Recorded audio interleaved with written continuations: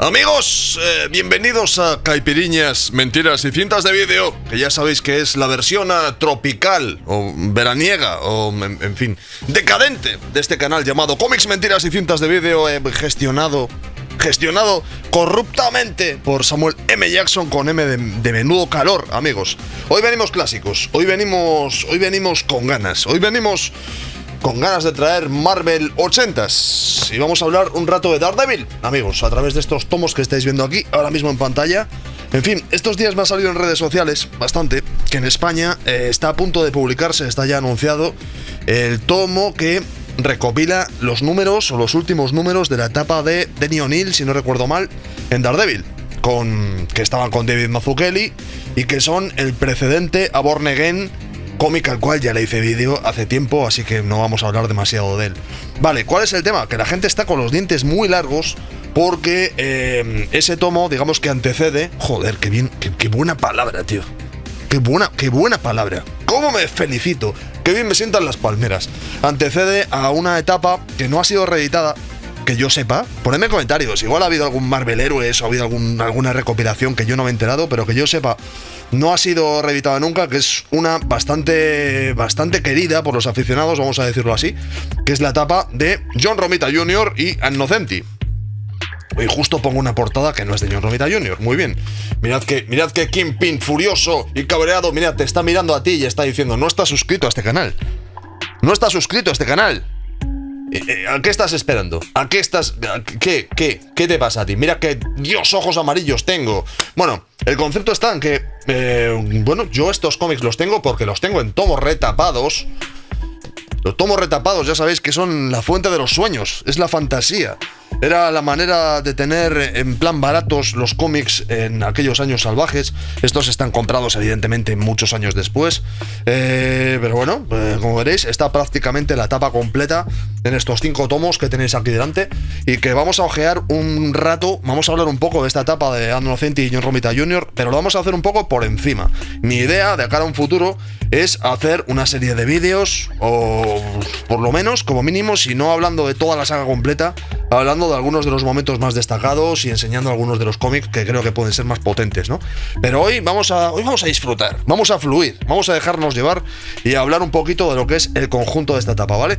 Hablemos primero, antes de todo, de años. Si no recuerdo mal, Ann Nocenti empieza a ser guionista de Daredevil en el 86 o algo así. O sea, para cuando llega John Romita Jr., Nocenti lleva ya unos cuantos números. Lleva ya como 15 números haciendo, pues con diferentes dibujantes, haciendo cosas y tal. Y bueno, digamos que es una guionista de la cual ya hablé cuando hice el vídeo de Longshot. Si no lo habéis visto, corred insensatos. Y decíamos que a mí es una escritora que me parece tremendamente interesante por diferentes motivos. Uno de ellos es que en primer lugar, parece una estupidez, parece una gilipollez, parece que no, parece una cosa gratuita. No lo es una mujer. Y había muy pocas mujeres escribiendo cómics de superhéroes, cómics mainstream, en plan Marvel, DC y tal, eran pocas, eran minoría. Y representaba una perspectiva diferente, una manera de escribir distinta. Especialmente en el caso de Nocenti, porque Nocenti no es una fan de los superhéroes. Nocenti no es una... ¿sabes? No pertenece al mundo de los cómics Marvel, y su forma de escribir superhéroes, su forma de acercarse a las historias, suele traer puntos de vista distintos. Sueles traer historias que van por otro lado, no son lo que te sueles esperar y bueno, cuando funciona, digamos que en Nocenti cuando funciona muy bien, y cuando no funciona, bueno, no ofende tampoco, pero bueno, no funciona tan bien, sería un poco la expresión, ¿no? Bueno, había unos números precedentes, aquí por ejemplo tenemos a Leonardi dibujando, pero bueno, digamos que oficialmente la gloriosa, entre comillas o no entre comillas, etapa, este es John Romita Jr. con esa gran cara, empieza con este número que estáis viendo. Concretamente en Estados Unidos, ¿qué número era este? 250 y 251, según esto, publicados en 1988. O sea, lo he dicho, Nocenti ya llevaba, no sé si desde finales del 86 o 87 o algo así. Pues tuvo una pequeña etapa hasta que llega John Romita Jr. y aquí se cierra un poco lo que es el equipo creativo, que es bastante épico, ¿no? Hay quien dice que John Romita Jr., joder, estoy hablando bien, que este puede ser el mejor trabajo de la carrera de John Romita Jr. Tengo mis dudas. A ver, me parece muy aceptable, quiero decir, ya veréis, está a un nivel brutal Romita Jr. aquí, pero bueno, el tío tiene mucha carrera, así que bueno, habría que ver, ¿no? Mira, por ejemplo, así empieza un poco su colaboración con esta página que estáis viendo aquí concretamente. Me gusta mucho por ese concepto que suelo de vez en cuando mencionar aquí en el canal, de que me gusta que los cómics tengan un reflejo de alguna manera, puede ser un reflejo directo o indirecto, de alguna inquietud social de la época, ¿no? Que refleje algo de lo que tiene la gente dentro, algo que está en el colectivo, porque así es cuando la historia consigue tener raíces en algo que es reconocible y sólido, y eso hace que finalmente, pues como que tenga estructura, que tenga solidez, ¿no?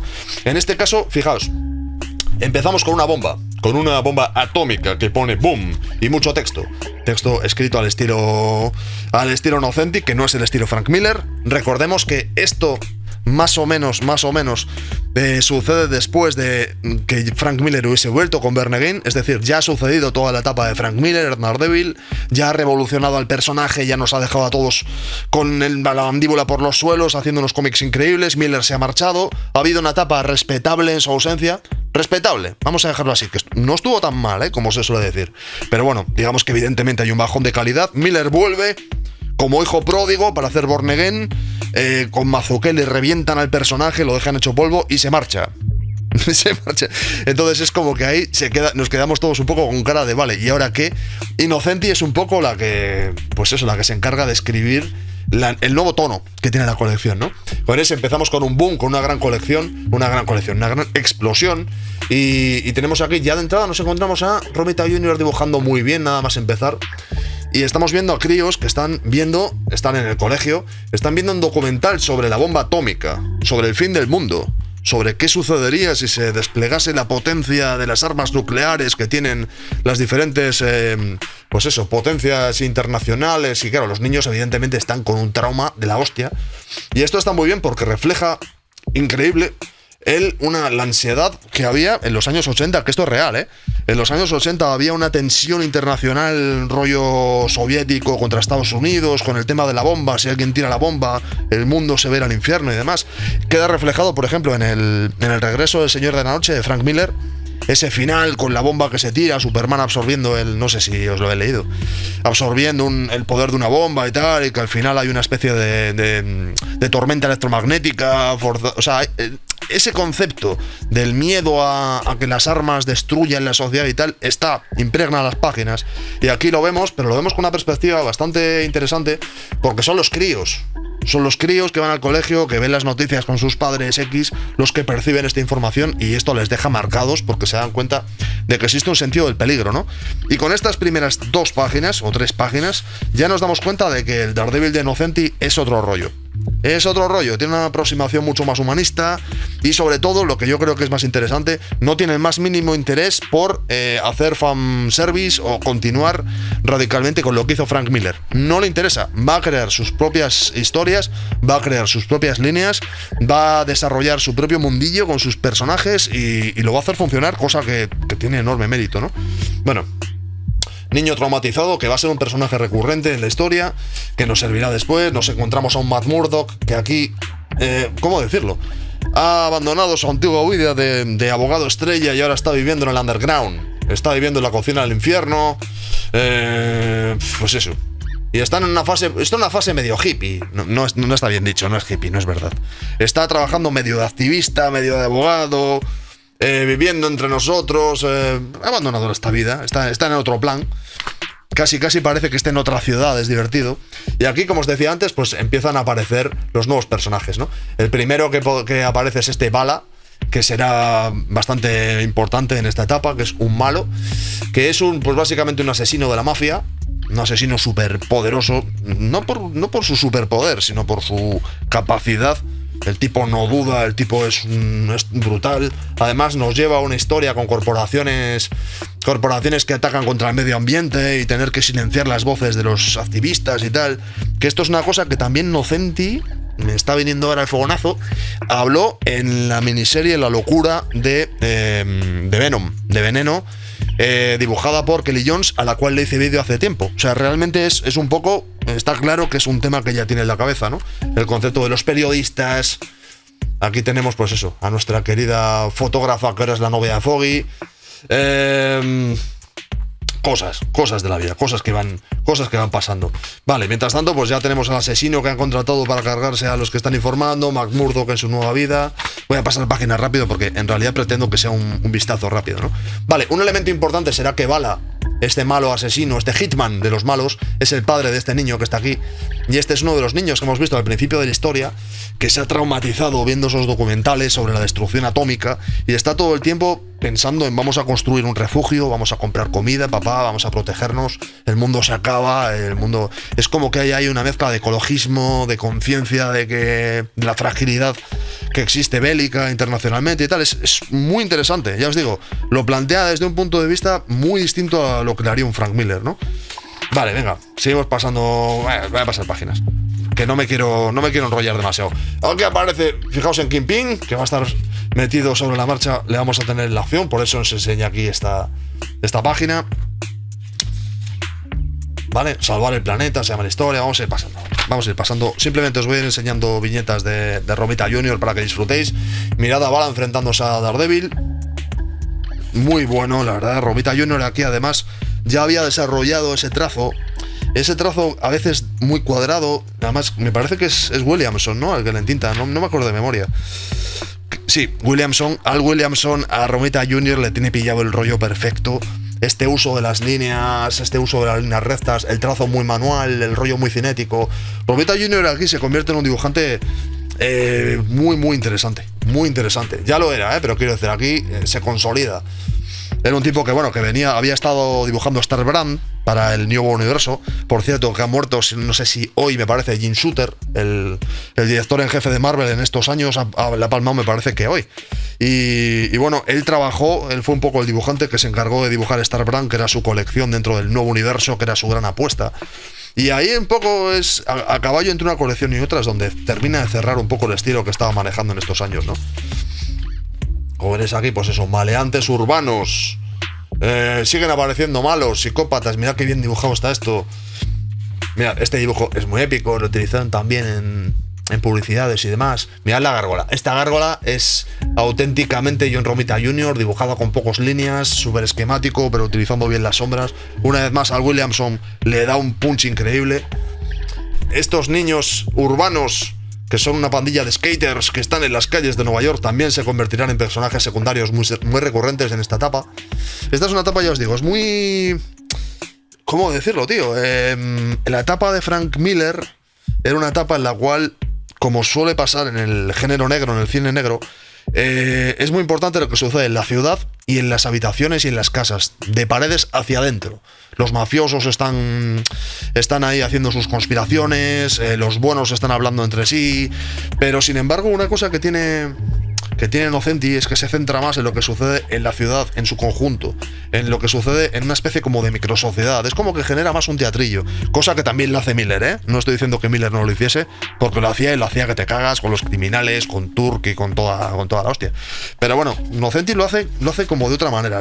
Yo creo que utiliza los secundarios de otra forma. No voy a decir mejor ni peor, porque, a ver, lo hace peor que Miller. No, a ver, no voy a mentiros, amigos. Miller es que es muy bueno, tíos. Pero Nocenti, el mayor mérito que tiene Nocenti es que consigue hacerlo funcionar y hace un muy buen cómic sin que recuerde en absoluto lo que hacía Frank Miller, que es lo que os decía antes, ¿no? Bueno, Kingpin dibujado por Romita Jr., brutal. Ese dibujo ahí descriptivo general funciona increíble. Vale, Kingpin descubre que Murdock anda por ahí, ya lo sabía, y está cabreado con él y obsesionado. Se enfrenta a los malos. Paso páginas, que si no esto no se acaba. Este es un anual, me parece que este ya se acabó. Y en este retapado nos encontramos con otro personaje fundamental de esta etapa, que es María Tifoidea. Personaje que es adorado por lo que he visto en internet, por lo que he leído en comentarios. He llegado a leer que hay gente que le gusta más este personaje que el de Elektra. Esencialmente venía a ser, no podemos decir que sea la nueva Elektra, porque tampoco es un personaje que pretenda serlo, pero es inevitable hacer la comparación porque es una supercriminal. Bueno, Elektra no era super, es verdad que no era ninja, pero no era super, pero bueno, da igual. Es una criminal, digamos que con capacidades especiales, vamos a dejarlo así. Y que mirad qué trazos. Mirad una vez más las líneas de Al Williamson. Fijaos el fondo. El fondo dibujado con líneas rectas manuales. Fijaos cómo cada línea está trazada, por ejemplo, las medias de las piernas. Yo qué sé, tío, ese punto tan manual, tan orgánico, hace que estas páginas funcionen de la hostia. Y líneas finas, la verdad es que está muy bien, tío. A mí me encanta estas. Bueno, la cosa es que esta chica pues aparecerá en las calles y demostrará, pues, aparte de tener una personalidad un tanto extraña, una cierta, ¿cómo decirlo, tío? Habilidad paranormal, tendrá ciertas capacidades mentales, capacidades para hacer que las cosas ardan. Es como una especie de supervillana que aparece en las calles de repente y que, bueno, pues le hará la vida imposible a Daredevil. Ahora hablaremos un poco más de ella. Vale, por aquí mirad al Kingpin una vez más, que bien dibujado. Es que, joder, tampoco quiero... ¿Sabes qué pasa? Que como pretendo hacer vídeos posteriormente, voy a intentar no estirarme más de lo necesario en este vídeo. Y así, joder, mira qué guapo. Y así cuando lo veamos en detalle, pues así podré hablar de algo, porque si no sería como repetir el vídeo, ¿no? Bueno, la cosa es que María Tifoidea, el personaje, mirad con qué dibujo nos abren el Daredevil, evidentemente acabará chocando con Matt Murdock. La gracia es que descubriremos que María Tifoidea, un poco la base del personaje, es que tiene personalidad doble. Es una persona con un trastorno de personalidad múltiple y, bueno, digamos que tiene una persona que es mala, es malvada, es psicópata, y una persona que es muy buena y muy apocada. Es como si fuese por un lado una monjita y por otro lado una diablesa, ¿no? Entonces, bueno, evidentemente Matt Murdock, que tiene ese algo especial de atraer a las chicas malas, pero que después todas acaban pasando por su cama, son esos personajes que nadie entiende, como Cíclope, como Matt Murdock, que son un imán para las nenas. Pues bueno, acabará teniendo la típica relación de atracción, pero lucha, pero te desprecio, pero me atraes, pero me gustas, pero no me gustas. Estas movidas, luchamos, no luchamos. En este caso es divertido el concepto de María Tifoidea con el rollo este que os decía antes del poder para las llamas, para quemar, porque lo equivalen a una especie como de fiebre, como si, ¿sabes? Fiebre tifoidea, ¿sabes? Lo lleva como un rollo febril y esto lo explota muy bien, muy bien Nocenti, ¿no? Bueno, María Tifoidea acabará, fijaos aquí, o sea, no me lo estoy inventando. La comparación se hizo, a ver, evidentemente era la nueva mujer fatal que aparecía en esta colección. Tenemos un póster de George Freeman, no sé quién es George Freeman, por cierto. Vale, pasamos páginas. La cosa es que, bueno, María Tifoidea tiene sus conflictos mentales. Alguien dentro de mí hacía... Esto es muy ochentero, muy ochentero. El conflicto que tiene entre su personalidad buena y su personalidad mala. La cosa es que al final María Tifoidea acabará trabajando, no solamente, bueno, acabará en principio trabajando con Kingpin, lo cual nos llevará a decir, entonces sí que es como Elektra. Quiero decir, aparece aquí de repente, es una asesina súper hábil, que tiene una relación extraña con Daredevil, que acaba trabajando para Kingpin, pues evidentemente es la nueva Elektra. Bueno, sí, pero no.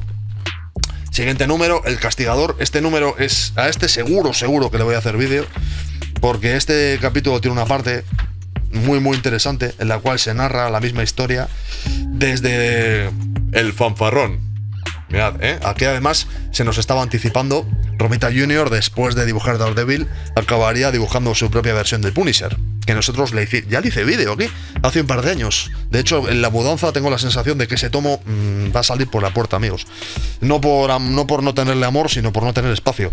Y aquí veíamos, pues eso, que Romita Jr. con el Punisher lo lleva bien y acabaría siendo el dibujante del Punisher. Lo que pasa es que imaginaos este Punisher multiplicado por 8, le inflaría de esteroides, anabolizantes, cabezas cada vez más cuadradas y potentes, y con eso haría la historia, ¿no? Lo interesante de esta historia, la cual se cruza, es que nos van a mostrar la historia mostrada desde la perspectiva de la colección de Daredevil con su equipo creativo, y la historia contada desde la colección del Punisher, dibujada por Will Fortaccio, y el guionista no sé si era Mike Baron, creo recordar, no me acuerdo, de memoria no me acuerdo, me da rabia. Y es interesante sobre todo porque, bueno, aparte de que siempre está bien ver una historia desde dos ángulos diferentes que se complementan, el choque de estilos de dibujo que hay entre Romita Jr. y Will Fortaccio es violento, es ultra violento, es ultra hardcore. Aquí tenemos a un Romita Jr. que dibuja esquemático, pero bien. Dibuja esquemático, pero así, perfecto, para que el dibujo tenga un punto moderno, así muy cinético, cinemático y tal. Y por otro lado vamos a encontrarnos un Will Fortaccio, dibujante que, por cierto, a mí me gusta bastante. En esa época, entre los 80 y principios de los 90, era un dibujante que me gustaba, el de los Wetworks, que dibuja de una manera ahí absurdamente musculosa. Los personajes son todos parecen todos culturistas, a veces las perspectivas se le van un poco de las manos. Vamos, que no pega ni con cola con... Es que esto es una pasada, ¿eh? Esto hay que tomar en cuenta que es de la segunda mitad de los 80. Mirad qué moderno se ve esto, ¿eh? También es cierto que por esta época, por ejemplo, Paul Smith estaba dibujando... No sé si, fíjate, lo estoy pensando ahora, no sé si Paul Smith llegó a influir a John Romita Jr., ¿eh? Porque realmente más o menos coincidieron en la época que estuvieron los dos en X-Men, siendo dibujantes. Habría que pensarlo un poco. Leonardi, Paul Smith y Romita Jr. pasaron por los X-Men. A mí me gusta mucho, ya os digo, este Romita Jr. esquemático ya muy cuadrado, pero que todavía no se había extremado. A mí la verdad es que me parece que está muy bien. Me gusta mucho, ¿verdad? Ese estilo. Vale, pasamos páginas. Bueno, el tema está en que la situación cada vez la irán haciendo más dramática y le irán haciendo... Mirad qué dibujo más guapo. Una vez más, fijaos en el dibujo y la tinta. O sea, la coordinación que tiene este equipo creativo aquí, o sea, está al 200%. Llega un punto en el cual pillan ritmo en el primer tercio de la colección aproximadamente. Espectacular. Hasta que llegaremos a unos números que ya veréis, que es que son increíbles. Vale, sucederá una cosa, que nuestro amigo Matt Murdock acabará teniendo, no sé si contarlo, acabará teniendo, como os decía antes, una relación de atracción extraña con María Tifoidea, pero por otro lado, Kingpin también. No voy a desarrollarlo más para dejarlo en vídeos. Y llegará un momento en que se generará un extraño triángulo amoroso entre los tres. Y es raro, ¿verdad? Vale, pues eso. Lo voy a dejar así, no os lo voy a desarrollar. Esto nos recuerda a momentos traumáticos, muy traumáticos, de Born Again. No voy a desarrollar porque vosotros ya sabéis de lo que estoy hablando. Venga, va, pasando páginas. Mirad qué personajes. Algunos personajes, fíjate, parecen de Savage Dragon. En algunos aspectos hay una parte aquí con un par de personajes que me recuerda al ritmo ese alocado que acaba teniendo Erik Larsen en Savage Dragon, solo que evidentemente esto es otra cosa, ¿eh? Fijaos qué páginas, estas páginas son una gozada. Mirad, Nocivo Salvaje, una publicidad. Vale, bueno, el tema está en que aquí, como os decía, en este primer arco llegará un momento en el cual a Daredevil le intentan... María Tifoidea le ha prometido, como hizo Electra y como hizo todo el mundo, a Kingpin, que es el que va a acabar con Daredevil, que va a acabar con su gran enemigo y tal, y bueno, le hacen... Fijaos, le hacen el lío para que todos sus enemigos nuevos y demás acaben atrapándolo, haciéndole ahí una envolvente, ¿no? Y poco a poco ir destrozando y dejándonos al héroe al borde de la muerte y todas estas cosas. Esta página doble, tremenda, por cierto, es a lo que yo me refiero con Savage Dragon. El tema, fijaos en este personaje ultra ochentero, con esas mallas punk rockeras neoyorquinas del CGB... ¿Cómo es? CGBG era, ¿no? CBGB, creo que sí. Que se dice así, el club neoyorquino donde tocaban todos los grupos ruidosos y tal. Esto es más o menos el mismo flow que se traía Erik Larsen con sus pandilleros coloridos en Savage Dragon, ¿no? Vale, bueno, como se iba a decir, que destrucción del héroe, nada que no hayamos conocido antes, porque Frank Miller lo hizo un par de veces, que los malos, una vez más, me sigo acordando de Savage Dragon, los malos, pues eso, van a ir machacando a Daredevil y finalmente, pues este acabará siendo dado por muerto, básicamente. Bien, ya hablaremos de esta historia. Y esto nos lleva al que para mí es el momento más interesante de esta colaboración de Nocenti y Romita Jr., cuando para mi gusto pillan velocidad de crucero, como os he dicho antes, a tope, y hay una serie de números, deben ser unos 10 números o algo menos, que la colección, o sea, aquí pillan un ritmo increíble, cuando a Daredevil ya se le ha dado por acabado y demás, pues bueno, aquí los secundarios como que empiezan a, mientras Daredevil está cao, digamos, Nocenti se dedica a desarrollar la relación de Kingpin con María Tifoidea, por ejemplo, y se dedica a desarrollar el concepto de cómo va a regresar. Bueno, fijaos, el amor violento. Esto es amor violento, esto que estáis viendo, amigos. Estamos viendo a Kingpin, pues, aplicar un suave masaje a María Tifoidea. Y sí, es todo muy sensual. Es todo muy... Sí, vale. Bueno, la búsqueda de Matt Murdock, como os iba diciendo antes. El personaje está destruido, tiene que regresar. Y en medio de todo esto sucede una cosa que normalmente suele ser mala, pero aquí es buena. Que es que hay un evento en Marvel que es Inferno, que es la clásica cosa que a muchos lectores nos da urticaria, porque generalmente los crossovers, eventos, lo que sea, suelen interrumpir la línea de narrativa de las colecciones y generalmente meternos en arcos argumentales que no son muy interesantes. ¿Qué sucede? Que Daredevil es un personaje muy peculiar y el equipo creativo que se está encargando de Daredevil es tremendamente talentoso. Y esta línea argumental, que venía a ser algo así como una especie como de... Es algo así como si el infierno se apodera del universo Marvel, ¿vale? Y se lucha contra una especie de posesión infernal, ¿vale? Bien, esa idea en otras colecciones pues da resultados más irregulares. Es una colección que... Bueno, colección. Es una línea, un evento que principalmente está centrado en los mutantes, pero... Los mutantes venden muchos cómics, así que todo lo que se pueda expandir en otras colecciones funciona, ¿no? Vale, en Daredevil lo suman, lo hacen encajar perfecto con la narrativa que tenían. Teníamos un personaje roto, que previamente había sido, pues eso, atacado, destruido, dado por muerto por los malos. Entonces ahí el arco de redención es que, bueno, que finalmente Daredevil acabará regresando, estará al borde de la muerte y todas esas cosas. Voy a pasar páginas rápido para no hacerme demasiado auto-spoiler. Y el concepto es que para cuando quiera regresar a la ciudad, se encontrará que que su New York, su queridísima New York, ha sido poseída por pues, el infierno, por los demonios que están capturando el alma de nuestra ciudad. Fijaos, como os decía antes, el ritmo que llevan en las páginas este equipo creativo. Mirad qué nivel gráfico. O sea, particularmente estos números de Inferno, que tenían todos los puntos para no ser especialmente buenos, aquí son brutales. Para mi gusto son lo mejor. Para mí es lo mejor de este run, de este que están juntos Romita Jr. y Innocenti. Brutal. Aprovechan el concepto de la posesión infernal de la ciudad para hablar del lado oscuro de las personas, del lado oscuro de la ciudad de Nueva York. Relacionan el calor infernal con el calor que hay en verano en la ciudad, que hace que salga lo peor de la gente, los criminales, el maltrato social, es como que es una carambola perfecta, ¿sabes? Es como que se encaja perfectamente. Y en medio de todo eso, ya sabéis que Daredevil, cuando funciona bien, es cuando es luchador sacrificado, que está prácticamente derrotado, pero se niega a rendirse. Pues también es un luchador que es un héroe roto, que aquí se enfrenta contra todo pronóstico a una ciudad en llamas y se enfrenta finalmente al demonio. Claro, enfrentarte al demonio vestido de demonio, pues es la hostia. Y aquí particularmente, yo aquí, fíjate, yo creo que estoy un poco obsesionado, la verdad, pero en este número en particular, sí que veo influencias de Muñoz y Sampaio. Sé que estoy obsesionado y que veo cosas, ¿eh? Ya llega un punto en el que he visto tantos dibujantes sableando a José Muñoz que ya hay veces que veo cosas donde no las hay. Pero hay un punto, ¿sabes? De narración sintética. Es lo que se me ocurre decir. En el cual, pues, las sensaciones ahí son emuladas de tal manera con el dibujo que es que, joder, que me remite directamente. En esta época, además, mucha gente estaba copiando a este hombre.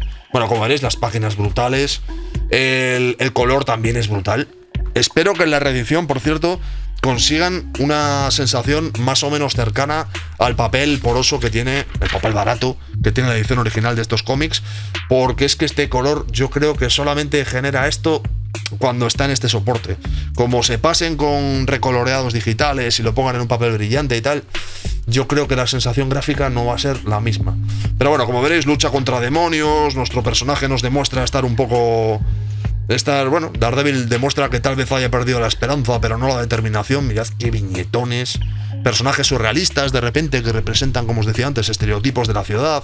El policía corrupto y que abusa de su autoridad. Ya os digo, muy, muy interesante. Muy, muy interesante, tíos. A mí esta parte me la he leído un mogollón de veces y siempre encuentro cosas y me parece que, ya os digo, que el equipo aquí está a un ritmo bestial. Vale. Paso páginas. Simplemente os voy a enseñar las páginas a medida que las paso. Vale, Daredevil se sigue enfrentando al infierno y la cosa es que al final acaba sobreviviendo al asunto. Evidentemente, porque es Daredevil, ¿cómo no va a sobrevivir? Y acabará tomándose una cerveza con el diablo. Esto no lo voy a desarrollar, pero digamos que es un poco el epílogo, ¿no? De todo esto que ha sucedido, de toda esta parte infernal, que es un poco lo que le da el cierre y nos devolverá a la, entre comillas, continuidad. Pero claro, para esto tenemos al personaje ya que ha pasado por un par de destrucciones. Recordemos que todavía arrastra cosas de Born Again. Daredevil nunca ha sido un personaje equilibrado psicológicamente, ¿vale? Entonces, después de enfrentarse al mal de la humanidad, de todas estas cosas, pues como que para variar sufre otra crisis y se marcha de la ciudad y tal. Mirad qué portadón. Y para mi gusto esto nos va a llevar a la etapa en la cual esta fase de Romita Innocenti baja el ritmo. Hay una... A ver, aquí ya ponedme lo que opináis. Los que os habéis leído estos cómics, os habéis leído la etapa de Innocenti y tal, decidme lo que opináis. A mí me parece que la etapa todavía quedaban como 10 números. Y bueno, no estaba mal. El problema está en que todavía por aquí había mucho crossover y tal. Había un par de eventos, entonces como que estos se desdibujan un poco, estas historias. Además, después de haber pasado por este rollo superheroico, de repente que nos metan supervillanos que no sean propiamente de Daredevil, aunque estén increíblemente bien dibujados, en este caso es como que nos cortaba un poco el rollo, porque, hablo a nivel personal, me cortaba un poco el rollo, ¿ok? Porque ya me había metido mucho en el mundillo que había planteado Innocenti, en ese mundillo urbano, con los secundarios suyos, con los malos que habían creado ellos. Entonces, cuando se salía de esa dinámica y se metía en una dinámica Marvel, como enfrentarse aquí a... ¿Cómo se llamaban aquí? El Escuadrón de la Libertad o algo así, ¿no? En lo que era la antigua asociación o la antigua hermandad de mutantes diabólicos que se enfrentan a Daredevil, pues bueno, resulta un poco extraño. Tal vez aquí este sea el último momento para mi gusto memorable o potente de esta colaboración, que es la aparición de este malo que estáis viendo aquí, la portada increíble. Una vez más, este equipo creativo es una gozada, que no sé si le entinta, sí, a W. Esta historia tal vez, esta es clásica, una vez más, mirad las líneas manuales, línea a línea, qué gozada. Esta es súper clásica, mirad, además es que con... Qué bueno, qué bueno. A mí me encanta, me encanta. O sea, me encanta este uso de las tintas y esta manera de dibujar. Esquemática, pero potente, me parece increíble. Corazón Negro, amigos míos. Aquí, este es el hijo de Mephisto. Se nos presenta con una visión... A mí la interpretación gráfica me parece genial. Y para variar, que ya sabéis que esta es una etapa muy humanista, de lo que están hablando es de... Pues eso, del hijo del demonio. Un rollo así como muy... shakespeariano, ¿no? Que tienen una relación padre-hijo un poco complicada, porque Corazón Negro lo que quiere es cargarse a su padre para sustituirlo y lo odia porque dice que es malvado. El enemigo de mi enemigo es mi amigo. No necesariamente. La versión de Mephisto de John Romita Jr. es espectacular. Se sale de esa especie como de demonio clásico que suelen dibujar otras dibujantes como John Buscema o cosas así, y directamente Romita Jr. se lo lleva a una especie de monstruo rectilíneo ahí muy, muy interesante. Y bueno, pues eso, Daredevil... Mirad, Spider-Man. Daredevil se enfrentará al Corazón Negro y bueno, pues ya sabéis. La esperanza, el bien, el mal, todas esas cosas que suceden, ¿vale? Bueno, finalmente este run, para mi gusto, tendrá un momento desastroso que además dura bastantes números, con la última fase que me parece que está enmarcado en un evento, creo que se llama Actos de Venganza o algo así, en la cual estoy tocando un poco de oído, ¿eh? Si me estoy colando en cosas, ponedmelo en comentarios, porque yo aquí, ya sabéis que yo aquí no vengo a sentar cátedra. Estoy simplemente hablando de estos cómics. Había un evento en Marvel en el cual los malos más emblemáticos de las diferentes colecciones se intercambiaban entre sí y se enfrentaban a otros superhéroes. Era una especie como de plan supremo de que los malos se ponían de acuerdo para intentar cargarse a los buenos.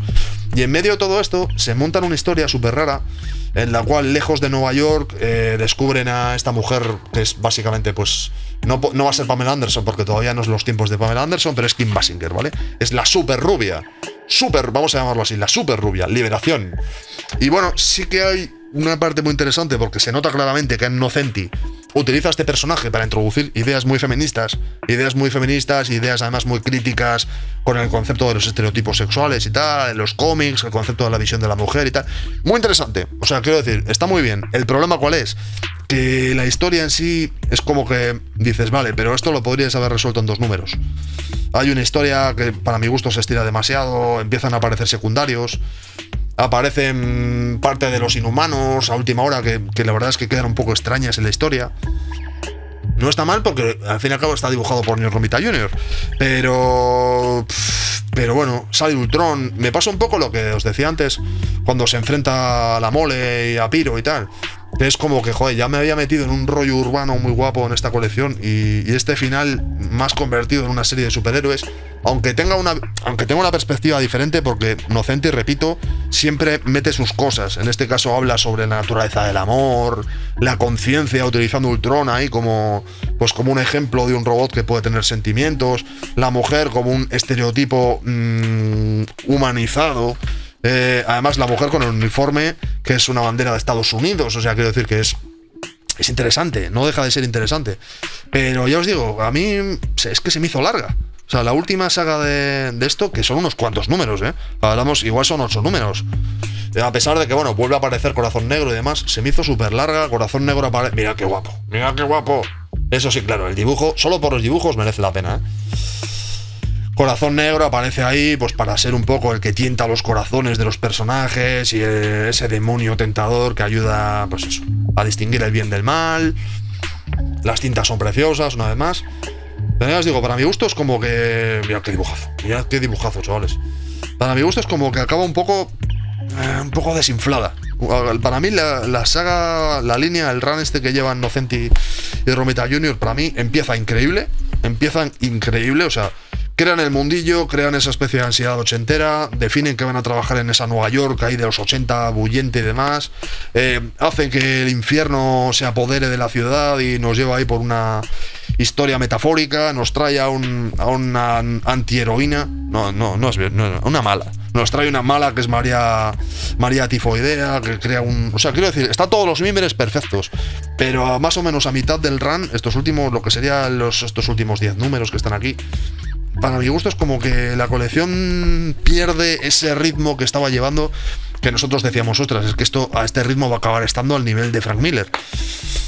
No, sé que esto habrá muchísimos de vosotros que no estaréis de acuerdo, al final acaba por no ser muy así.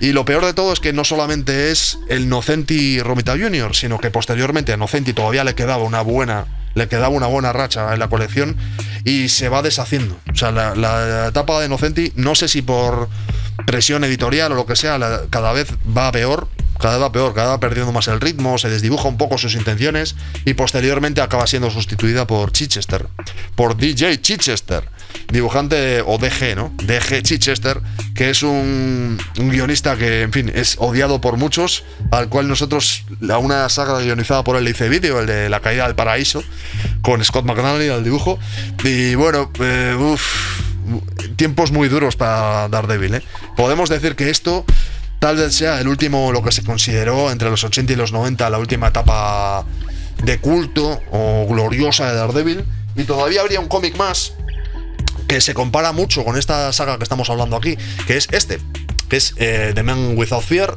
El Hombre Sin Miedo, que es una miniserie en la cual Frank Miller, no Franco, fijaos bien, Frank, no Franco, y John Romita Jr. se juntaban. Si no recuerdo mal, es del 92. O sea, para cuando terminan...